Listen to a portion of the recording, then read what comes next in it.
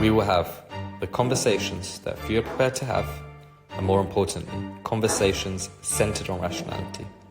Subscribe now to listen to Rational Voices with Sunil.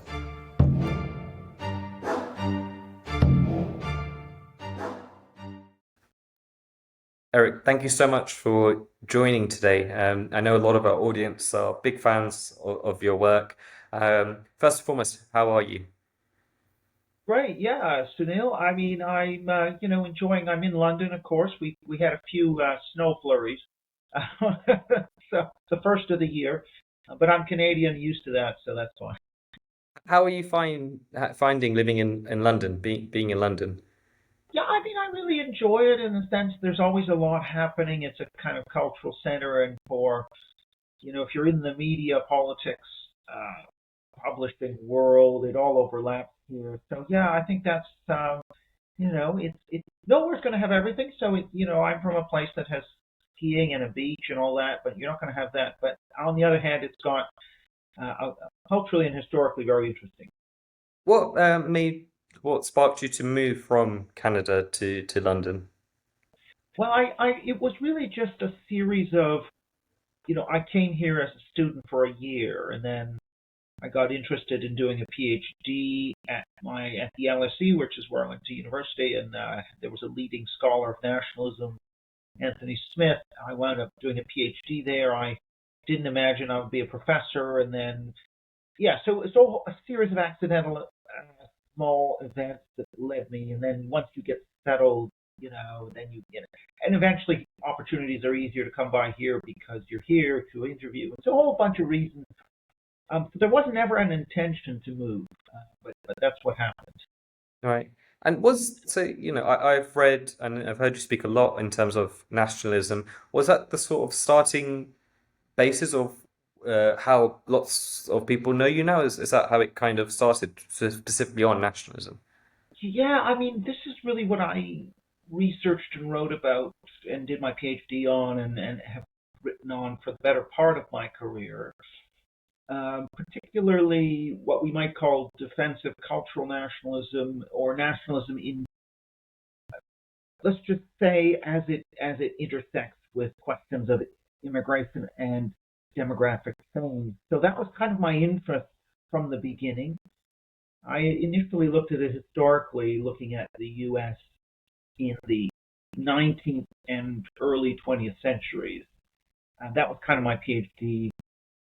But equally, it's applicable to the present day, for example. So I was kind of trying to get a historical perspective a little bit on the present. Right, right. I mean, for me, I think where I really became fascinated with your work, I think being reasonably young-ish, I think a lot of my generation, when we see nationalism, especially growing up, is always associated very negatively. I can't think of ever throughout school, university, ever nationalism being viewed as anything remotely positive. And I think your work was really more balanced, where you could understand it more. Is that something that you've seen over the years when you talk about nationalism, the sort of negative associations with it, or do you think that's changed? I think that's always been the case. I don't think there's ever been, positive association, at least in kind of polite society and the high culture. So much of this is about terminology, though. You'll get people saying, "Oh, well, nationalism's terrible," but patriotism, that's a good thing. Uh, Even though this distinction, cannot be sustained in any analytical way. So yeah, I think anyone who's honest would say, there are negative types and there are positive types, and a lot of it's about degree, uh, and that's sort of, I think, people who are honest, I think, would come to that conclusion. So of course, yeah, this can any ideology when taken too far uh, is negative. It's a bit like a fire. You want to have your hands close enough to be warm, not too far away to be cold, not too close so you get burned. So, and I think that's true of nationalism. It's true of any other ideology. How would you define nationalism? Because there'll be lots of people listening in on this will have different definitions and different beliefs towards it. How would you define nationalism, broadly speaking? So yeah, and again, this is I've taught nationalism and studied it for many decades. So, yeah, nationalism inevitably is territorial, so it's about attachment to a specific territory. It has also got a time dimension in terms of history and memory. So we're talking about, and it also has to have some political dimension, even if it's aspirational. Even though Scots don't have their own nation state, there may be some kind of aspiration. It doesn't have to be independence. It could just be autonomy. But so those three dimensions: territoriality, some memory, historical dimension, and some political dimension.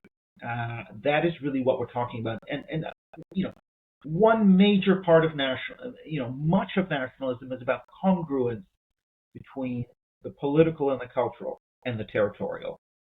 And so if you are, and this is where, for example, if you are ruled by what you consider to be another nation, you want to secede. That's secessionist nationalism, i.e., Scotland, Quebec, East Timor, whatever.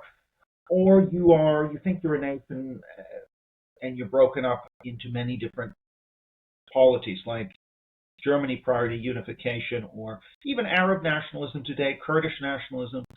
This is where you have you have a group that thinks of themselves as a nation. They're divided by state boundaries, and another is, of course, this question of immigration or cultural change, and you want to make the culture congruent again with the policy. That's like a large. It is not the whole thing, Yeah. because there's also national status and humiliation, which is not connected to the congruence issue. So that's a little bit complicated, but that's sort of what I mean. Okay, okay.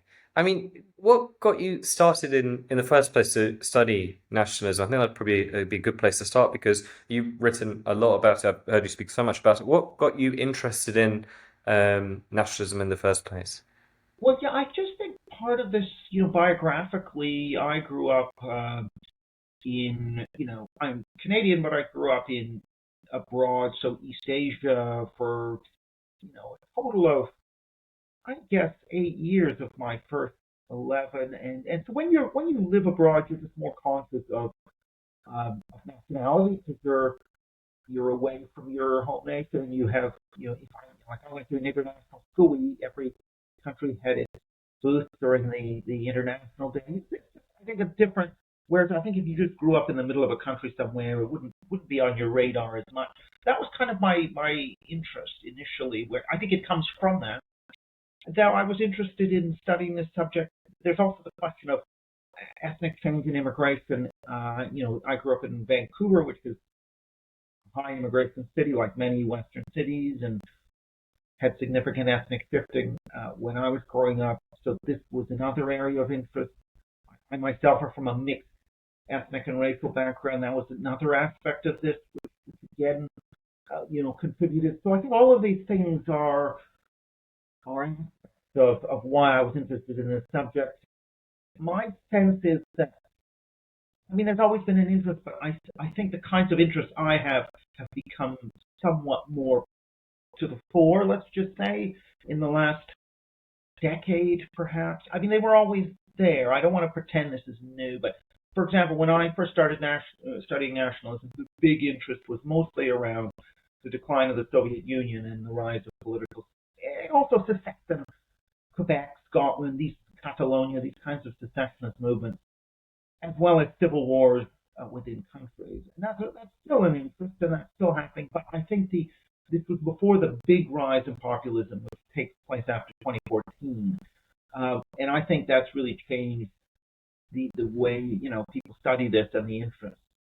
Do you think when you say 2014, would you say the things that come to my mind are Brexit and Donald Trump? Would you say that's the big shift with the emphasis on nationalism? Yeah, really, the big it begins in 2014 with the European elections of that year, when Right. UKIP and the Front National are hitting close to 30%, and the Danish Progress Party, People's Party, sorry. So that's the beginning, and that happens in the context of rising. This is the beginning of the European migrant crisis. The flows coming out of um, Syria and so on. That's kind of the beginning of our era that we're in now. Of course, we have COVID, which reduced populism to some degree. Uh, but but post-COVID, we're really back where we were. Yeah, I'd say Trump and Brexit were the two biggest bangs of that era. I mean, that was sort of course, the migrant crisis played an important role, but of course, it played an important role in Brexit as well. But I think that was also a key moment, even if that wasn't. I mean, it was the moment when certainly the Sweden Democrats and the AFD emerged. So it's part of the story.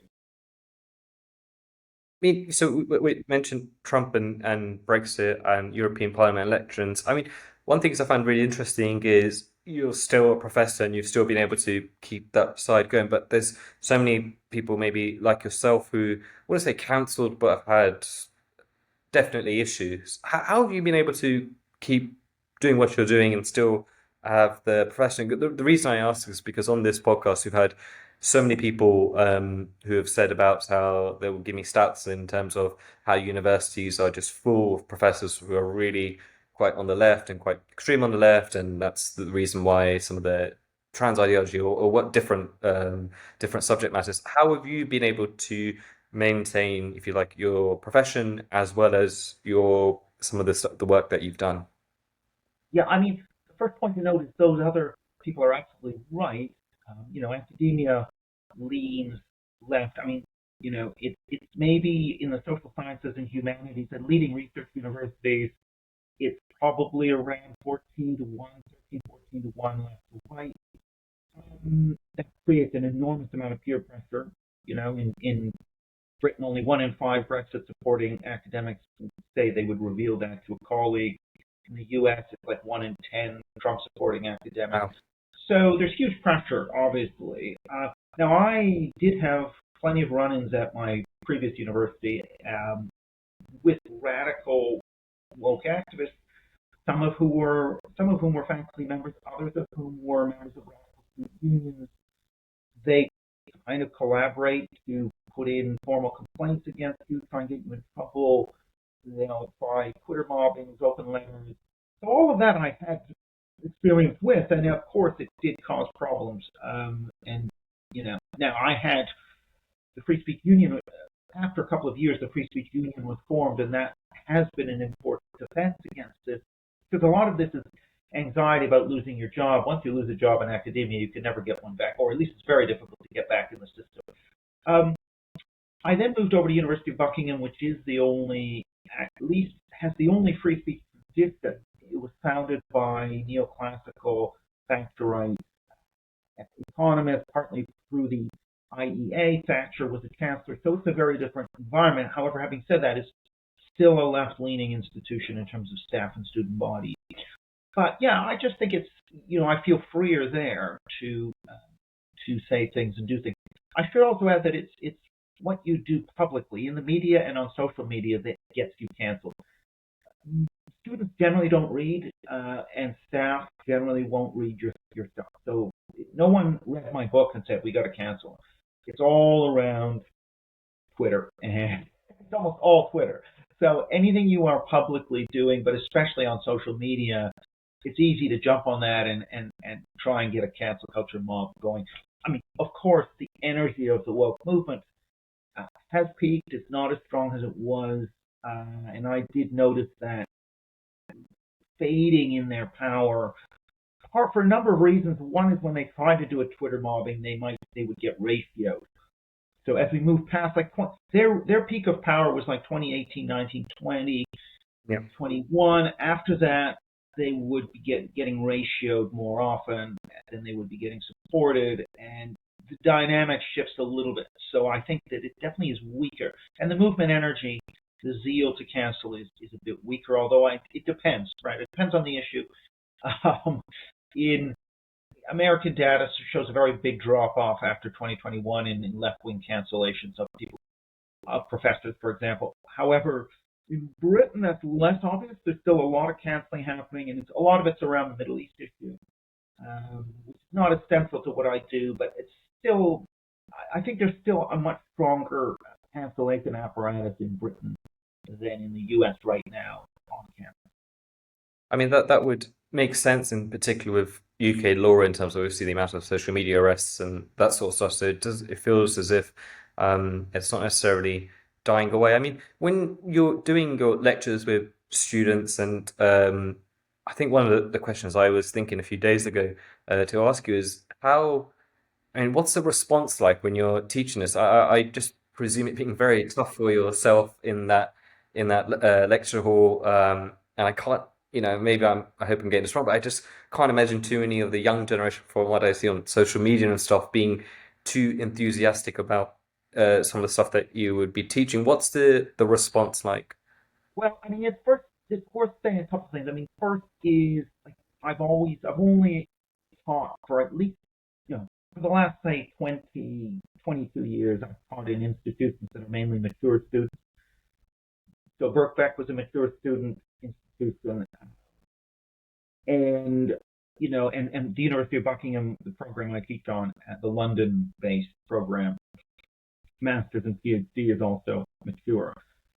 So I haven't really done a standard lecture to 18 to 21-year-olds in a long time. The only younger people, typically they're people who show up at talks of mine, and they would be generally more sympathetic. Um, I would also say that when you are, most of what I teach is just not political stuff. I mean, I would, in general, if I teach about nationalism, it's the history of nations and different types of nationalism, different analyses. So there's nothing really political in what I taught anyway. So it's not the content of what I was teaching. But however, there may be people who are on social media. It's always a lot smaller share of people though than you think. A lot of these students, they just want to be partying and getting good grades in any case. So it's only ever going to be a small number of agitators. I have run into those people. I have had bad teaching ratings from some of them who are very vocal, but they're only ever a minority, a very small minority. So I think it's manageable, but it can be very awkward and unpleasant when it occurs.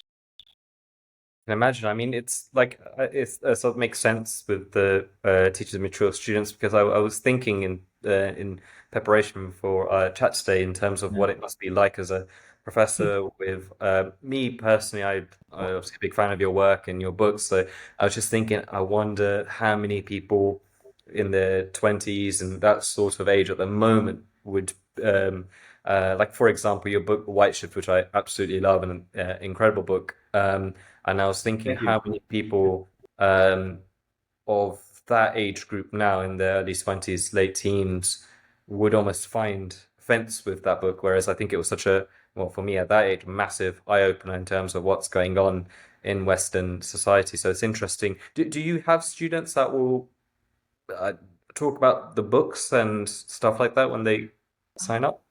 Well, it's interesting because I'm not necessarily in front of the 18 to 21-year-olds. What I would say is it seems, first of all, very few read, of course, which is sad in a way. I mean, and certainly a large book like that they wouldn't necessarily read much of. But I would say that there's always a range when you talk to students. There's always quite a range, and there are open-minded people, and there also are doctrinaire woke activists or people whose minds are very closed. I mean, my sense is if you look at the younger generation now in Western countries, they do lean to the left. Now they're more extreme on the left in Britain and Australia. They're much less on the left in Canada and the U.S., Europe. So it varies by country.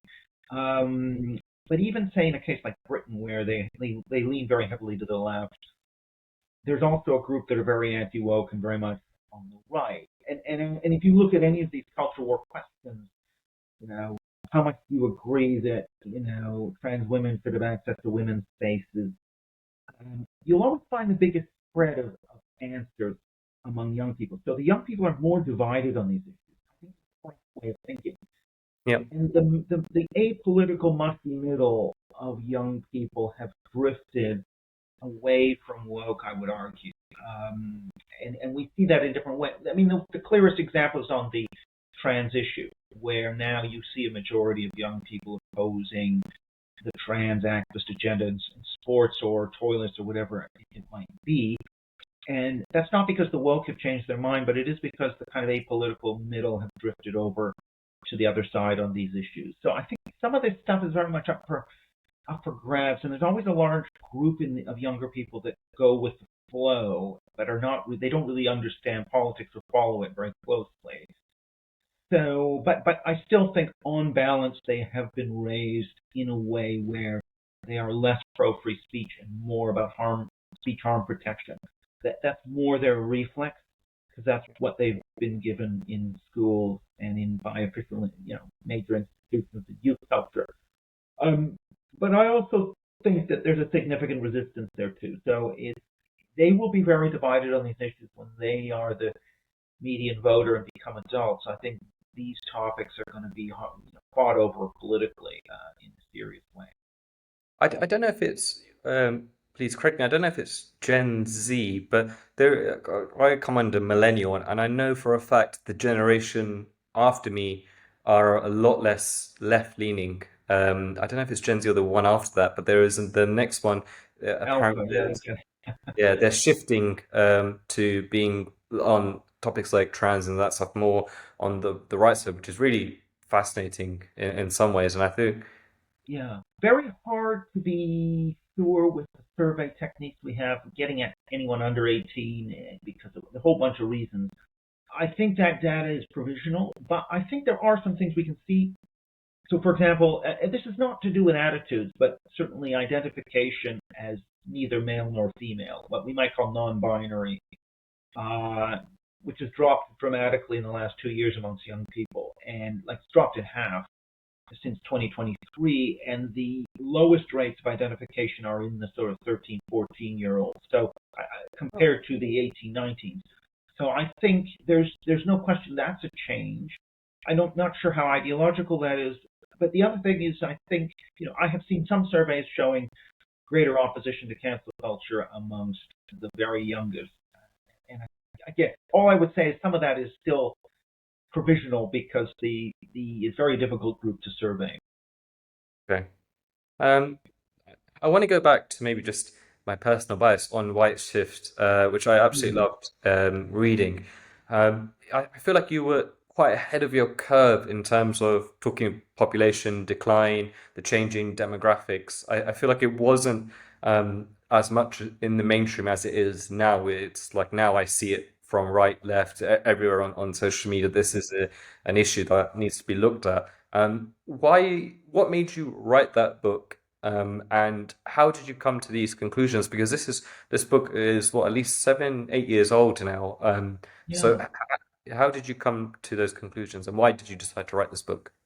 Well, going back to my first book, which came out of my PhD, where I researched this in the early mid 1990s, I could already see that the ethnic changes were ultimately behind the, the a new kind of national populism, which I thought quite clearly, and it has very clear historical resonances. If you just look at what was happening in the U.S. in the 1890 to 1920s period with Southern and Eastern European Catholic immigration. I mean, very clearly the change in the composition of the population, I felt was really what was behind the rise of populism then, which was quite significant.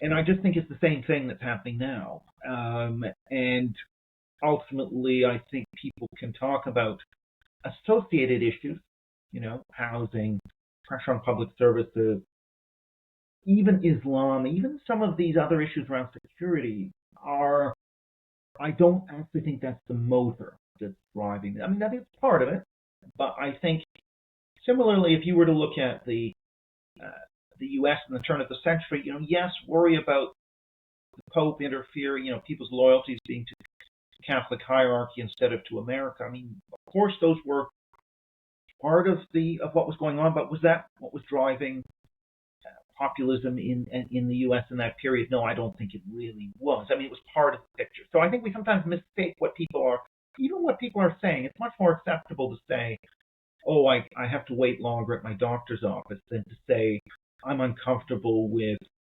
the shifting ethnic composition in my country."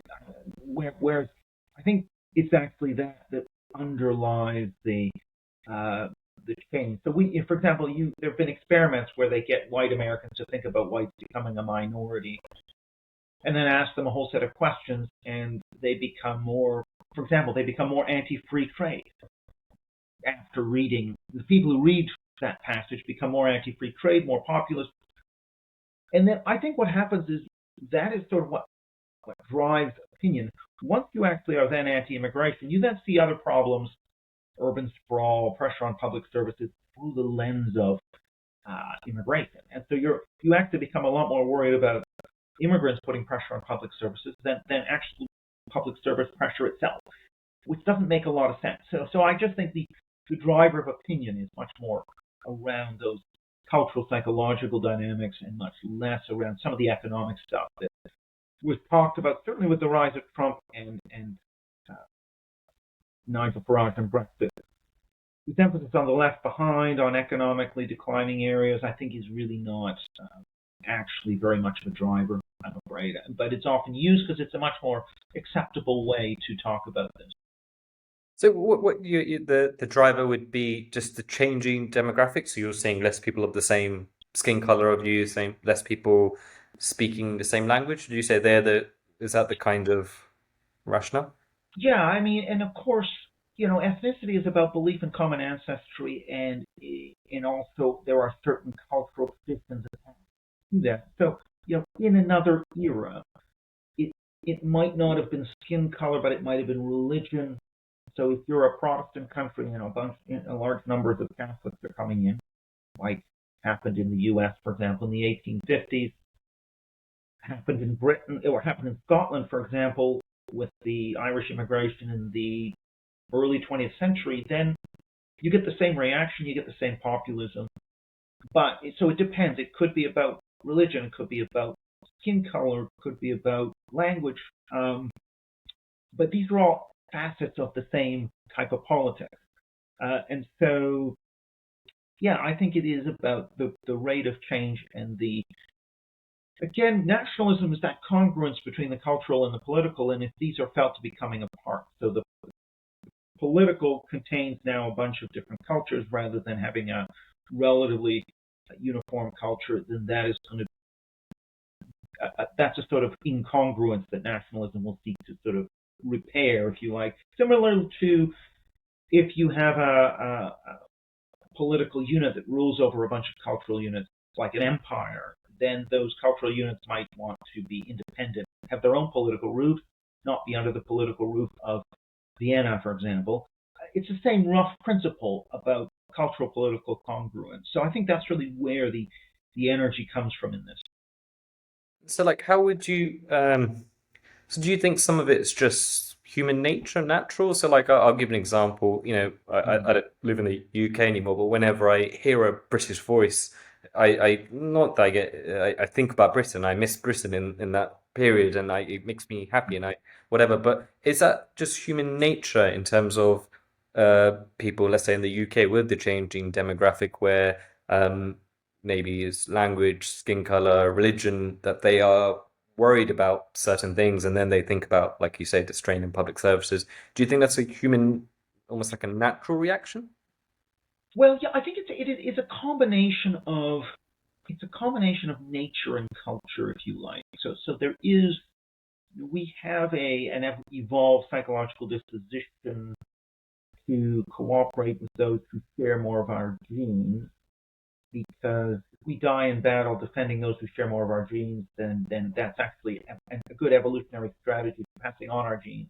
So there is that. However, uh, you know, we don't want to go too far with this evolutionary psychology. So it doesn't that doesn't tell us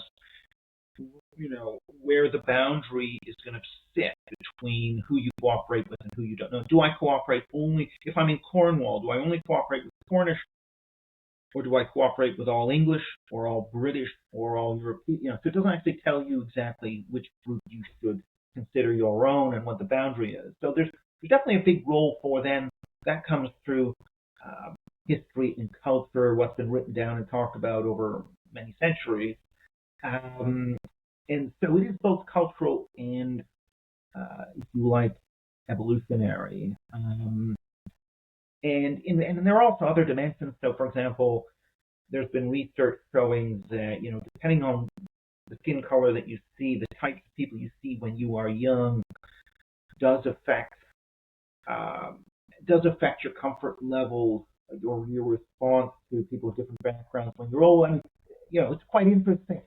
So there are all these kind of ways in which there's a limit to how much people can be transformed. The other thing I would say is, though, there's also a spectrum. Some people are more like to have similarity and homogeneity in their environment, and other people. Do you find change? Is change loss, or is change interesting? Right? Is a psychological disposition which is up to half heritable. And so I think what we're seeing in Western populations is the immigration, the ethnic change. It doesn't lead to a uniform reaction. We actually have a splitting where we have part of the, probably maybe a bare majority of the population reacting quite negatively or having anxieties, and then we have another group that thinks this is exciting and fun. But that group is quite small, but quite powerful in the institutions, and so it has actually managed to institutionalize taboos, which suppress, let us say, the expression of the views of that bare majority, maybe, of the population. Um, this is why we're getting anti-elitism and populism, and distrust of elites. It's because the elites are embodying this minority view, and the populists are expressing what is actually probably a majority view. And these things are clashing not just culturally but institutionally. So there's now an attack from populism on all of the institutions, which are dominated by people that David Goodhart calls the anywheres, or more in common calls the progressive activist segment of public opinion. It's not a pejorative; it's just a reality. That group is much more political, and they've shaped a kind of moral politics based on moral universalism that is very hostile to sort of entrenched a set of taboos and a set of narratives around the right and being scary and fascist, and that the worst thing you can be is a racist. And so all of these kind of tropes are dominant within that elite progressive activist culture that is relatively dominant in institutions. So yeah, Right. we're seeing a clash, and of course these two riff off each other. That obviously you will get populists who do say racist things, and then and the but then the progressive activist group will sort of big up the threat of somebody like Nigel Farage, who really isn't that threatening actually if you look in practice. So there will be, and then in reaction, the populists will say, "Oh, they called us deplorables and racist when we're not, and they have contempt for you." And then so it's kind of a back and forth, and that's what gets us into this very polarized political landscape. You mentioned that the groups that are interested in obviously change is exciting and others not so much. Would you would you make the argument that for a lot of people on the populist side, on the more right side, could you make the argument that a lot of those people, maybe 10, 15, 20 years ago when numbers weren't so high and crazy at the moment, they would have been part of that change side where it was exciting and stuff, and now they've moved? Could that Yeah, that's really interesting. I'm just not sure that many people have moved in the way you described. Even with the migrant crisis, the migrant surge in 2015, for example, it wasn't that so many Germans and Swedes changed their view on immigration. You'd long had a majority, or maybe 50%, 40, 50% saying immigration is too high, would like to reduce it. But immigration was maybe their number five, six issue after healthcare and the economy and something foreign policy. What happens with the rise in with the migrant crisis is people who'd always said, immigration, I want it lower. Immigration becomes their number one issue or number two issue instead of number five, six. And that's salience, what we call salience, then is why the populist right starts to rise. So I don't actually, I think a lot of your attitude toward immigration is psychologically rooted. It's partly psychology, it's partly perhaps ideology, but I don't think it's change. It changes very much no matter what happens on the ground. It's not that changeable. It's very psychological and ideological. But what is changeable is what you vote on, what issue will mobilize. And Right. so I just think there's now more of a mobilization among people. We know, for example, that people who think immigration is too high are more likely to prioritize immigration when they vote. Whereas people who are happy with current levels or think it should go higher, actually immigration is not a major issue for them. Uh, yeah, they're cosmopolitans. They think it should be higher, but they're not going to die on that hill. And I think this is really part of explaining. The populists are able to mobilize people who care about immigration because they want it reduced, and that is a durable way to get more votes. Whereas mobilizing people who want less immigration or want more immigration, there aren't many votes to be had there. Now, there are probably votes to be had among people who think populists are scary fascists and are a threat to civilization. That kind of fear does manufacture a certain amount of that people will vote on that issue. Um, so we're seeing sort of different mobilizations here in Britain now. You have the Green Party trying to mobilize on that, reform or a bunch of fascist issue. You have the Reform Party mobilizing on the immigration issue. That's a kind of classic. Um, I think that's a classic configuration we're seeing more and more. You're getting the main uh, the main force for the populist right is immigration, ethnic change. The main force for the if you like woke left or the left is mobilizing very much on fear of the right. The right, it's about concern over immigration. Now, of course, there is also the right then resenting being called a racist and a fascist by the left. That adds to, but it's not the main driver, I would say, um, of the rise of the right. It's perhaps more important in the U.S. case than Trump, but it's much less important in Europe, from what I can see. Interesting.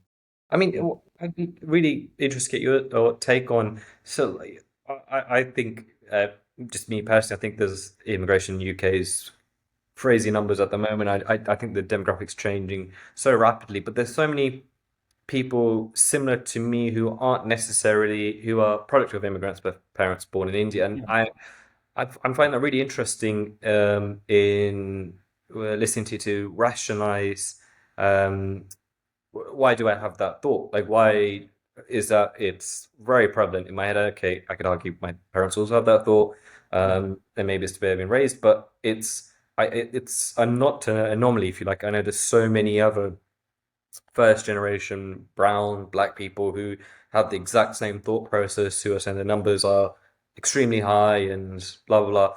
Why do you think those people also have that form opinion? Because I will get this asked a lot in the sense of like, well, your parents were immigrants. How can you yeah. say that you want to control the borders? I would say, well, it's the numbers. They came when it's 10, 20,000, whatever. Now it's super, super high. Why do people like myself have that opinion in terms of we will outrightly say immigration's too high? Yeah, I mean, I think there's a number of arguments, a number of reasons why. I mean, one is okay, yes, it is probably true. Yeah, I don't put a lot of stock in the economic competition argument. Immigrants compete with immigrants in the labor market and housing and public services. I think that's a part of it, of course.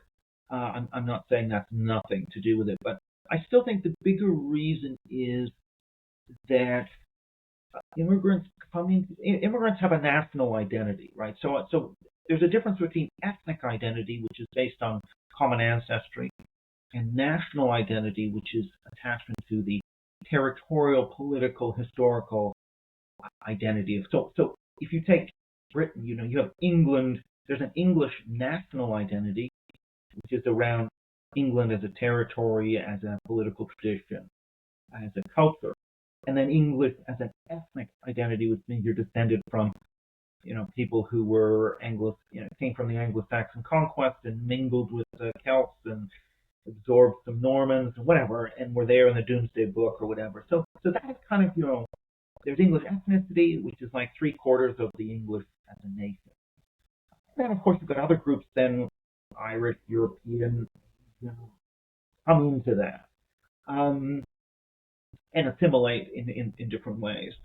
And so now here's the thing: is so someone like you would have a English national identity, let's say, and a British national identity. So we can then say, well, what is that? What is the symbolic content of that national identity? Now, you can say the monarchy, the climate, but the official version of the actual official version of British national identity is, let's just say, the monarchy, British values, certain historical episodes like the Second World War, maybe. Um, what is the official content of British national identity? But what we know is that people's actual lived national identity, their personal national identity that's in their heads, is much richer and wider than that. It includes, sports and landscape and food and popular culture, things which are not an official. They're not official national identity. They're kind of informal, unofficial, what we call everyday nationalism. Now, part of that everyday nationalism texture that people identify with, the sounds and smells of home, is the ethnic composition, the religious composition of a society. And so someone who is not white British can nevertheless think that part of their national identity is a majority white British society. And so, in a weird way, in an indirect way, non-white people who have a British identity are in some ways part white in this way. And I'm saying this in a sort of secondary way because that is one of the distinguishing features of Britain in the world. When you put together, ethnicity, race, religion, location in Europe, climate, and all these other things, the confluence of those things marks Britain out as distinctive in the world. So, interestingly, when you ask British Sikhs, for example, they are as likely to identify with features like pale skin, blonde hair, and red hair as being part of what makes Britain distinctive. They're as likely as white British Brexit voters to say that's part of their British identity. And so this is kind of what's very hard for people to understand. It doesn't necessarily mean you have to have those traits in order to be British. So there's a difference between criteria for membership. So Rishi Sunak, for example, actually I would say he's English, equally English to any other English people in terms of national identity. But clearly, in terms of what distinguishes Britain in the world, Britain in the world, if it became majority non-white, would be less British compared to other, its distinctiveness in the world would be reduced. And so there are separate levels. It's like saying if someone with any accent but who identifies with England is equally an Englishman, but you would never say that the Chinese accent, the French accent, Indian accent, Arab accent is the same as an English accent. And so at the level of the individual, it makes sense, but at the level of the collectivity, it doesn't make sense. So that's kind of what I mean, is that the attachments even for non-whites, and we see this in Canada, we see this in the U.S., the same survey data shows, I think there's what I call ethno-traditional nationalism. So there are religious traditions, ethnic traditions, which form part of the tradition of the nation to which anyone can be attached. I hope that's making sense. Definitely. Yeah. I mean, I know for a fact, so I'm Hindu religion, same as my parents, and I have some people in my family who would say stuff like they want to move to an area where they would say there's too many, I don't know, brown people in like an area, like it's like they would want to be in an area where the majority is still white British. It's like really weird. You would hear like other Hindus say this sort of stuff where they don't want to move to an area where it's just fully say like just fully either product of immigrants or immigrants. It's not necessarily. I think you've summed it up perfectly because they would say that's what they identify as Britain or England in their eyes, and they came to this country to be in those areas. They don't want to then I don't know, maybe go backwards in some ways. So yeah, and part of it is people are attached to the way of life, to the Britain they know, and have an affection for when they were growing up. And it doesn't necessarily matter what race or religion you are. That's what you're attached to. And so if that is changing rapidly, you're going to be disoriented. So Yeah. I kind of think this is, as you say, I think that's sort of what's going on. You look at, like in Canada, for example, the surveys show non-white Canadians are slightly more likely than white Canadians to agree to this statement. There are too many, um, essentially too many visible minorities in the immigration flow to Canada. Right. Um, more non-whites agreed with that statement than whites. Or in the U.S. case, Hispanic Trump voters, Asian Trump voters are as likely as white Trump voters to say, whites are under attack in America today. These kinds of things. And this is what's tricky and very difficult for people to understand. Why did so many Asians and Hispanics vote for Trump? It's puzzling because there's just the academic and journalistic class just doesn't have the tools to understand this. Why, like, so I think you kind of answered just the question. Hmm. Why, so like during Brexit's a good example, and we just mentioning Trump. Uh, so I know with Brexit, one of the highest minorities there's areas in England. I think Slough is one of the areas where they voted leave, even though they have one of the highest population of either immigrants or product of immigrants in the whole of the UK, but they voted to leave. And why is it that a lot of maybe mainstream media, journalists, academia, why are they unable to comprehend what you've just said in terms of the Asians for Trump, Latinos for Trump, Black people for Trump? Yeah. Why can't they have that understanding? Because whenever I watch news or see, I never feel like anyone that's voted for Trump or voted Brexit if you just watch, like, let's say the BBC, you would presume that they're a white middle-aged man. That's the general feeling. But then I know for a fact, just by looking at stats and um, having a variety of different friends, that that's definitely not the case. But why do they struggle to understand that? Because I think their way of looking at the world, which is sort of the inherited way of looking at the world, presumes that people who are non-white um, will quite naturally be pro-immigration because they are immigrants or descended of immigrants, and their view of the nation is kind of this anti-white multicultural. So that's sort of the view of the progressive elite. That's the way progressive elite looks at minorities. They think, well, they are vulnerable and fragile, and um, they feel excluded by anything white, and they want everything to be more multicultural. And I just think that is their way of thinking.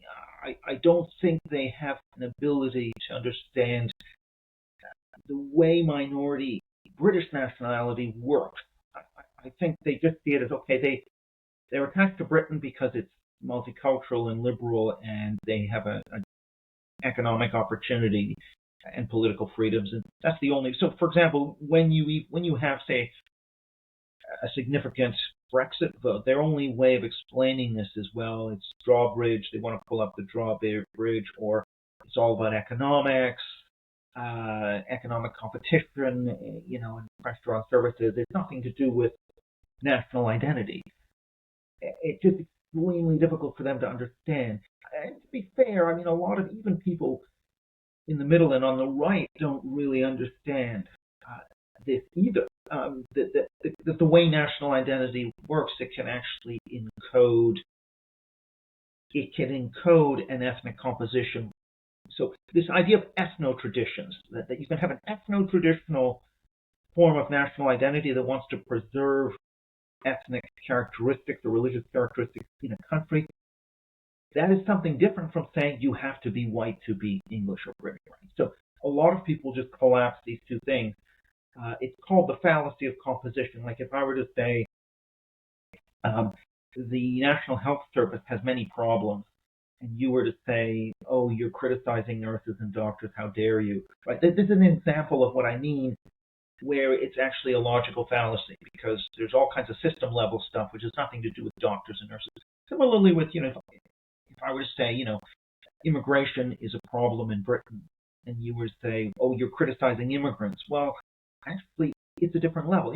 Every immigrant could be a perfectly great person. Having 10 million show up in next year is going to be a huge problem. So again, this is where I think there's a breakdown because there's always people's tendency, if I were to say, well, many minorities are attached to Britain's ethnic composition, which is why they want less immigration. Um, it's very difficult. People say, "Oh, why would they do that?" Because they're just excluding themselves. But no, saying that we want to have some preservation of ethnic composition is not the same as saying you have to be white to be British. And as opposed to saying if Britain is no longer, a white country, a white British country, it will be less British. Is a different statement from saying you have to be white to be British. These and it's quite a tricky kind of concept for a lot of commentators to understand and get their heads around. And also, it's also very useful for them to always trot out you're exclusionary, you're being racist, in order to shut down any argument around shifts in ethnic religious composition, right? So I think I am I optimistic that we can get to a place where we can actually have a reasonable conversation and say, there are a lot of minority British people who kind of like things the way they are, not just in terms of politics, but also in terms of culture and ethnicity. And that's a valid that's a valid perspective. I just think we're a very long way from getting there. Do you think, going back to your, because a lot of the stuff you said here, I mean, some of it's in your book and some of it you can see like you've taken like a step further. Do you think a lot has changed since when you've done the book in terms of UK and Europe? I ask this because, like I was saying earlier, I see so many of the trends that you highlighted then to be really a really big talking point now, whether it's reform, who are probably agreeing with a lot of what you said, or maybe the other side who are saying, trying to denounce effectively this argument. Do you think there has been a major shift since your book? Well, there's a couple of things. I mean, the first thing I would say is that support for the populist right has just continued to rise, which was kind of my prediction anyway, that this is really coming on the back of continued ethno-demographic change. And that change is going to continue, by the way, even with zero immigration. That is baked in due to the age structure. So I just think this is going to be the issue of our time. And those who think populism is going away, I mean, it's astounding to me, but progressive commentators, some of them just sincerely believe there'd be this blip around Trump and Brexit, and then it would disappear, and we'd be back to talking about, welfare state versus free market, and that would be dominating politics. Yeah, I just think that it's just astounding to me. You really have to live in a bubble to believe that. But I think so. So it's just those things have continued. There are always two dimensions to my work. One is to look at the demography and the rise of populism. The other is to look at the cultural left and its attempt to police speech taboos. Now, of course, you need some taboos. I'm not saying you shouldn't have any norms around racist speech or action. There was an inflation, an attempt to put more and more topics off limits, expand this Overton window of unacceptable debate, let's just say, to widen it out, or sorry, I should say, to narrow the Overton window of acceptable debate. So something like immigration levels to make that taboo to talk about and certainly to run a campaign on. Trump was the first one to run explicitly on that platform as a central part of his platform. I think that these cultural left taboos have been pushed back to some degree. And you can certainly see that in countries like Germany and Sweden, where it was a taboo up until 2014-15 to talk about immigration levels. That's really gone now. Uh, it's not obviously entirely gone, but it's been reduced. In Britain, I think it's still a battle. I certainly think it's possible to talk about reducing immigration. I still don't believe it's possible to talk about the cultural transformations being a central reason for people's anxiety. That's still not really kind of accepted as a reason. So you'll see reform mainly focusing on public services and the economy as the reason that immigration is a problem, or maybe security, but they're not really willing to go into the cultural zone.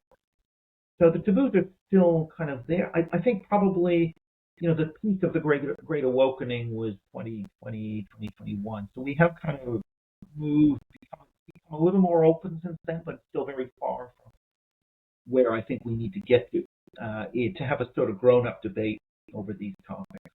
Why is there still, why can't we talk about the cultural impacts? Because it feels, again, I just feel like sometimes with minorities it's a bit easier to talk about the cultural impact because Mm. the the more left can't throw the first word racism at them, so it tends to be a Yeah. bit easier. But why is it that um why is it how's it become a racist thing to talk about the cultural impact of changing demographic? Like, why do you think that that's happened? A couple of reasons. I mean, one is that we live in Western societies. We live in societies where the public morality, the kind of background music of what it means to be a good person, has been so heavily shaped by the aftermath of the Second World War, by the aftermath of the civil rights movement in the U.S. So the strongest taboos are all around racism, secondarily sexism, homophobia, transphobia is a relatively new one, but um, those are the tripwires. Those are the highest, or those are the highest values in the high culture. And so anything that gets near or that can be construed as getting near any of those tripwires is immediately hushed up and off limits. That's the first thing I would say. Now, and because of that, there is an attempt to engage in this fallacy of composition. So if we're talking about Britain as a whole, its distinctiveness in the world, the loss of that, the ethnic religious distinctiveness of Britain as a collectivity vis-a-vis other collectivities, then people will immediately collapse that and say, oh, you're trying to exclude.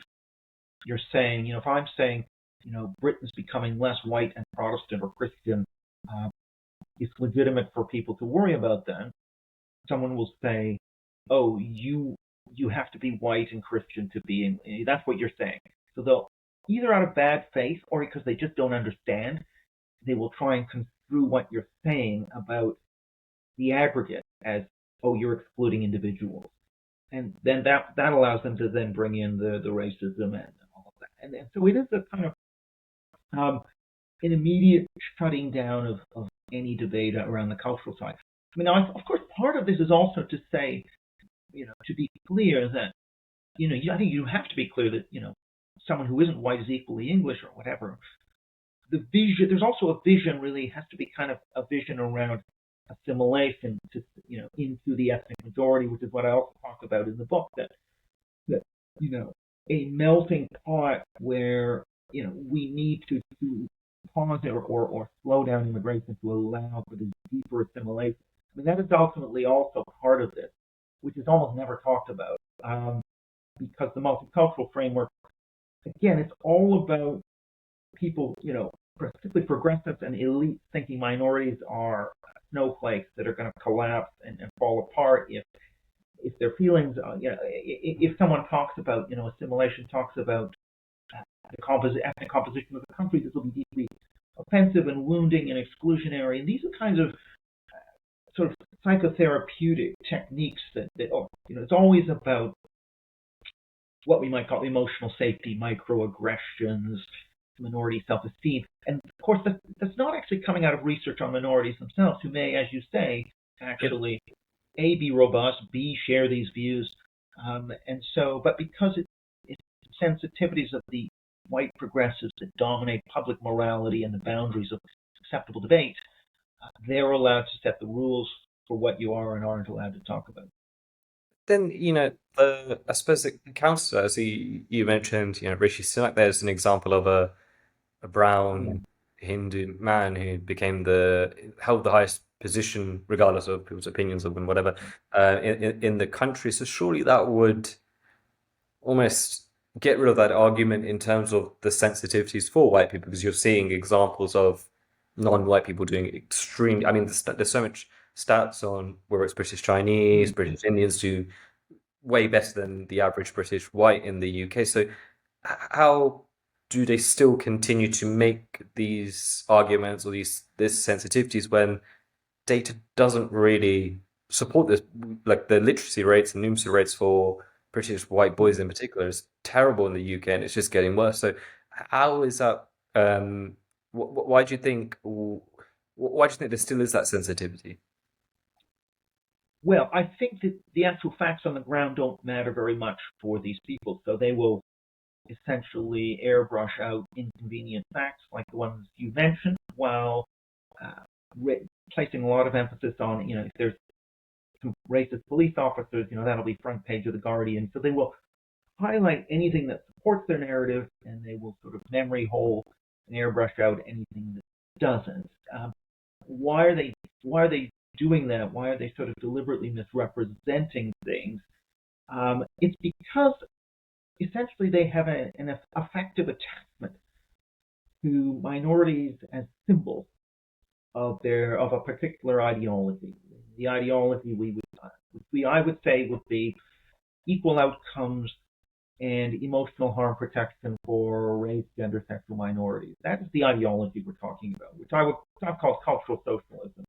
That's also, in a softer form, our public morality. The elite institutions in high culture embodies that, even if they're not canceling people and they're not at the extreme end, they're at the softer end. It's all part of a continuum of the same belief system, which is dominant in the high culture. So this is where they have a very difficult time. Uh, they're always going to say minorities are fragile and sensitive, partly because they've sacralized, they made them sacred, centered, and elevated them as symbols in their ideological belief system, and they are the white saviors, and that's what makes them virtuous. And so they always want the minorities to be down in a way, to be needing them to be kind of fragile. They need that, and in fact, there have been experiments that show progressives will dumb down their language when speaking to an African American, let's say, uh, simplify and dumb down their language. It's almost like a parent to a child. In a way, conservatives won't. So this is kind of it's very important to them in terms of their identity, in terms of their beliefs, and I think they're going to be very reluctant to let go and say, for them to say minorities are pretty robust, they can take care of themselves. I mean, that's not a place they want to go to. They want to be the protectors against the fascists in the closet who can come out or under the bed. I think that's how they see themselves.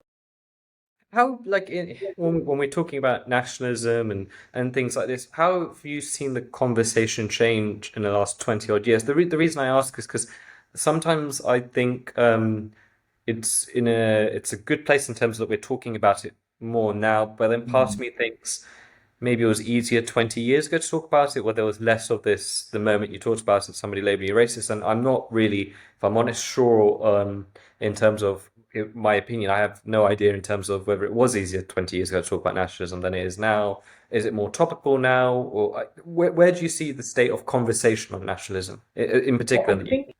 I think the continual demographic shifting means that it is a more salient issue. More people are talking about it. I think populism has risen. In terms of the Overton window of acceptable debate, I am of the view that it is not more difficult now than in the past to talk about. In fact, I would say it's been pretty constant for a long time. When I grew up in Canada in in the 80s, when I was politically conscious, becoming politically conscious, you could not criticize multiculturalism. You couldn't talk about immigration levels being too high without effectively being canceled. So I don't think anything's really changed. Um, I think if anything, it's more acceptable to now. Only in the last year in Canada has that taboo fallen. So probably it's easier on some topics like immigration. If you take multiculturalism, it's very tricky, right? So in the early 2000s, you had even like Trevor Phillips and leftist commentators, Yasmin Alibi Brown, saying multiculturalism has failed. When Suella Braverman tried to say it, they called her a racist. I mean, it's very hard for me to see. I guess my general view is things are either the same or they've become slightly easier to talk about, at least in the last few years. I don't think it's harder now than it was. No, I think that's not the case. What about, I suppose that where I'm going with this is, so there's a really, I saw a clip maybe a month or so ago. I'll give a UK example of Gordon Brown talking about immigration deportation, and it was a very firm, robust the way he spoke about deporting people that are here illegally.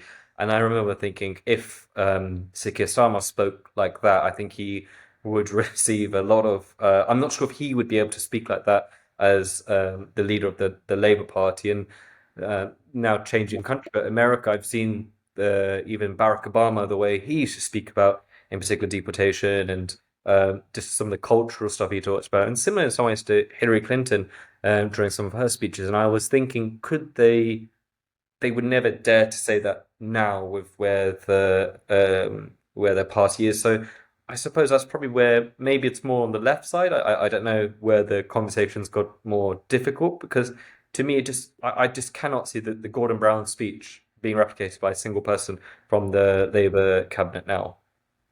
Yeah, I think you put your finger on what's going on, which is we're seeing a kind of bifurcation into two public opinion pools. It's almost like blue sky versus Twitter. Not exactly the same, but the left spaces, the speech policing has arguably become tighter as the sort of woke left, whose progenitors were the politically correct left, has exerts more and more of a grip on the whether it be the Democratic Party, whether it be the Labour Party, um, and therefore are able to be more influential within the Labour Party. Whereas maybe when the Labour Party was more about trade unionism and more about essentially workers in the North who had certain views. I mean, it probably wouldn't have been as suffocatingly politically correct. Whereas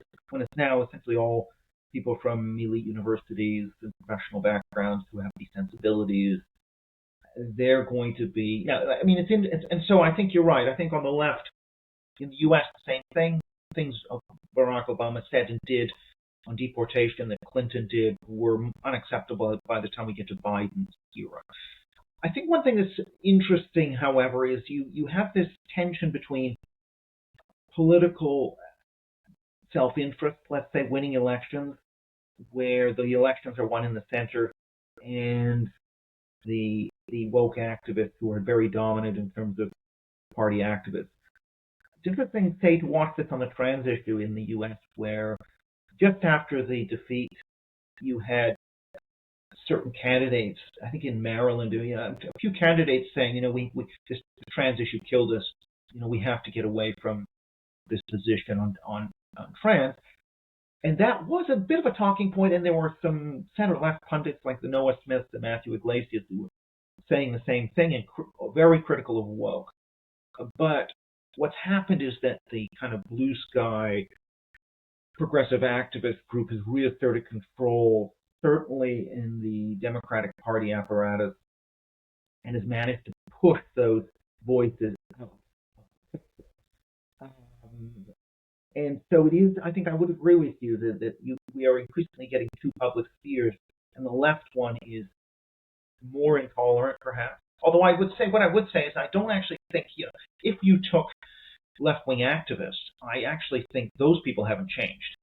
So the intellectual, highly educated left-wing activist was just, in my view, as politically correct on race, gender, sexuality in the 80s as they are now. But they're just a lot more influential and numerous and dominant in left-wing media and politics than they were.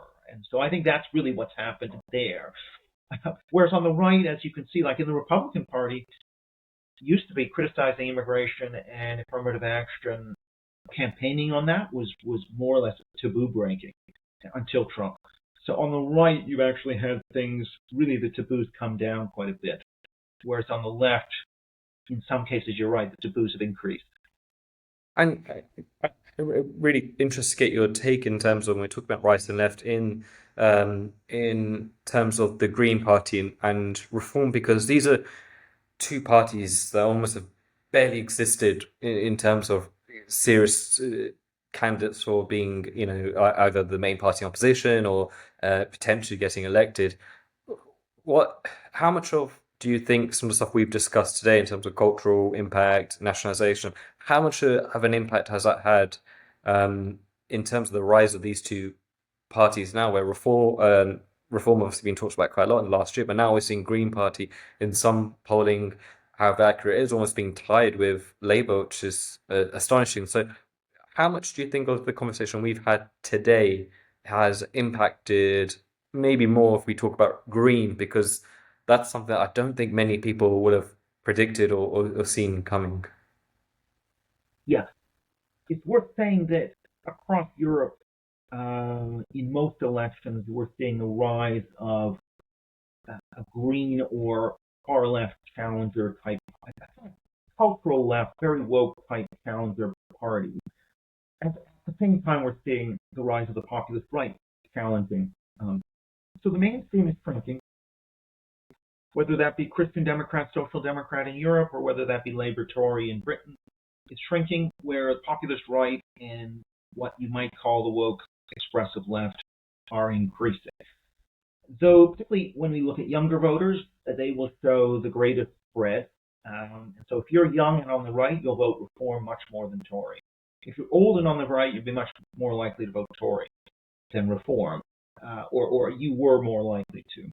And if you're on the left and you're young, you're much more likely to be, well, you're now much more likely to be Green than Labour. Partly this is young people are more open to new brands and are more experimental. Also, I just think their ties to these institutions are much weaker, in terms of, their parents and grandparents, and, being a member of the labor club, the working men's club, all these things have gone. So it is much more, they're much more floating, they're much more in the market for buying an attractive brand. And so someone shows up like Zach Belansky, whose vibes appeal to them, they'll vote for him. So there's more volatility there in young voters. And so I saw the poll, the latest YouGov poll has young voters, I think, putting Green at close to 30%, Wow. much more than Labor. But that's, again, I think, an expression of the forces I've talked about, which is that those young people are what I would say is that they are simply, strong cultural socialists. They believe in, equal outcomes, emotional harm protection for race, gender, sexual minorities. That's their top orientation in politics.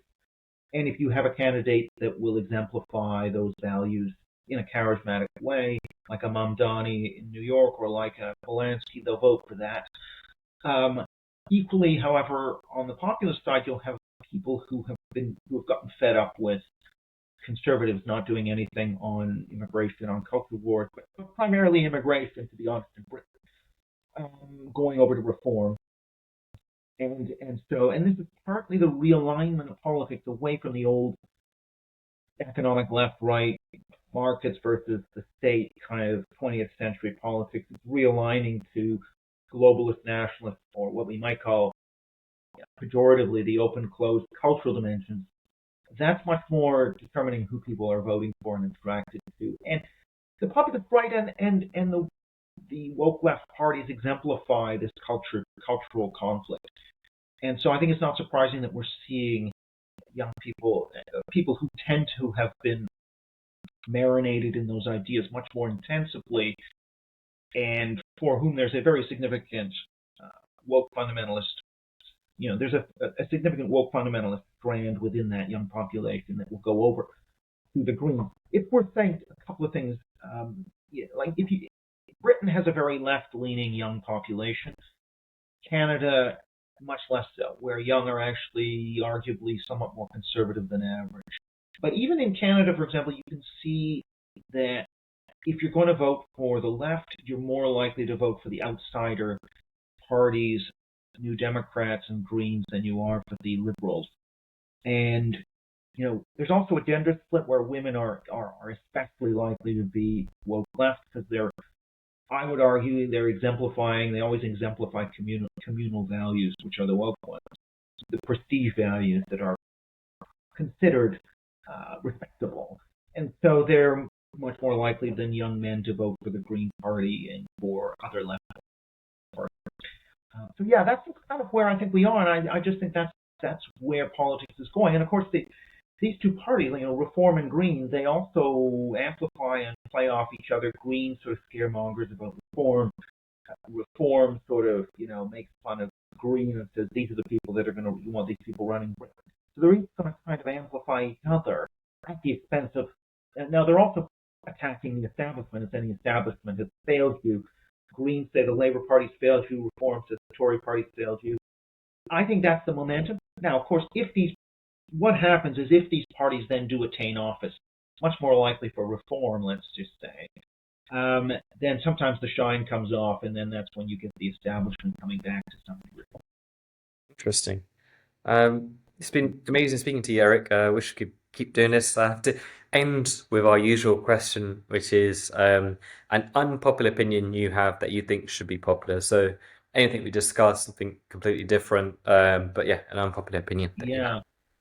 Unpopular opinion, I just think, I think this question of birth rate collapse is absolutely central to the world, not just the Western world. And I think we are going to have um, much more of a discussion around um, how to raise birth rates, even if that rankles feminist and female sensibilities.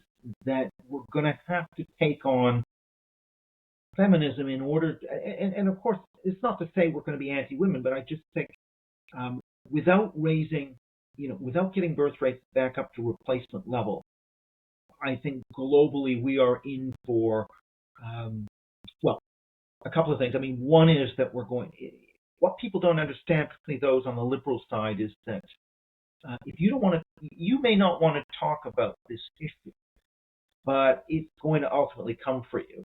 So and because people who are left liberal have by far the lowest birth rates, you are going to be replaced by people who, and it's not about color or ethnicity. I mean, it's just people who are conservatively religious of any racial background. They are gradually going to replace you, and your values are going to suffer. So if you even care about being a secular progressive liberal, you have to care about this issue because it's certainly going to care about you.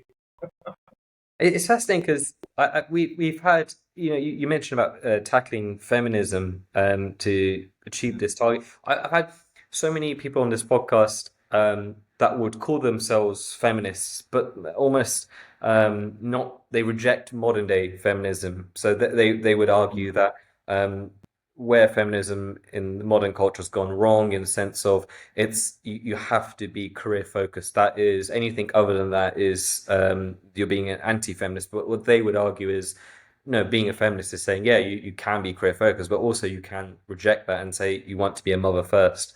So it's interesting to see the change because I would, if you asked me before I'd been doing this podcast last couple of years, I would have said there's no way I'm a feminist. But now, as I'm talking more with particularly people who raised in the 70s and 80s, the feminists of the 70s and 80s, a lot of them have made me think, no, actually, I don't think I am an anti-feminist at all because what they're saying, I do agree with you. This kind of, I think the culture now is very pushing on young people to be career focused, and all that stuff. Mm. Whereas they would argue, no, you either you don't have to um, deciding to be a mum, and that is your main thing. That's ultimate feminism in some ways that you can do that.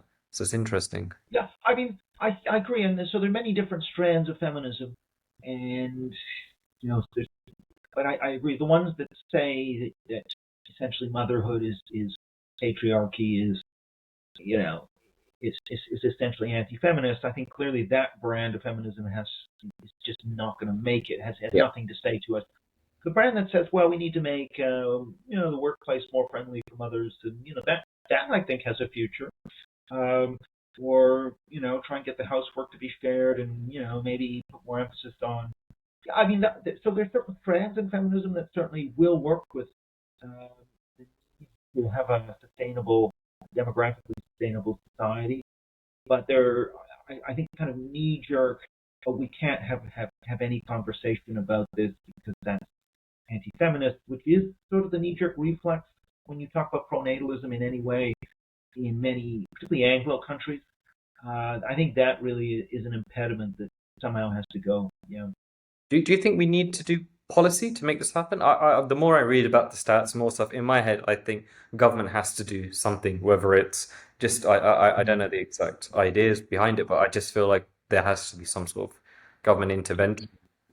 I think there does. I think governments, now, there's a whole range of policies, and this could be about subsidized childcare or making workplaces more child friendly, and yeah, and there is also child benefit and other things. Now, that suite of policies, it is true it will only make a small difference, but even a small difference, enough small differences will make it won't get us all the way to replacement, and that's going to require a major cultural change. So I think probably the bigger part of this is cultural. And what's not yet clear is whether a secular culture can be sustainable in this way. And this is hard because the problem is, as I wrote in my 2011 book, called "The Religious Inherit the Earth," people essentially who attend services regularly, religious services, have a replacement birth rate in the West. Um, those who say they have no religion have about a one child life. There's already a big difference. And if you take fundamentalists, religious fundamentalists, I mean, they have a significant advantage. Yep. And so, do you want, you look at Israel, where the ultra Orthodox have expanded dramatically, shifted the nature of Israel to being a much more religious society. That's kind of the future. That's a template that I think feminists need to understand. That's where we're going if they are unable to make society demographically sustainable. And just bringing in immigrants is a temporary sort of band-aid solution, but of course immigrants get old and all these other issues which we're familiar with. That's not actually a solution to this issue.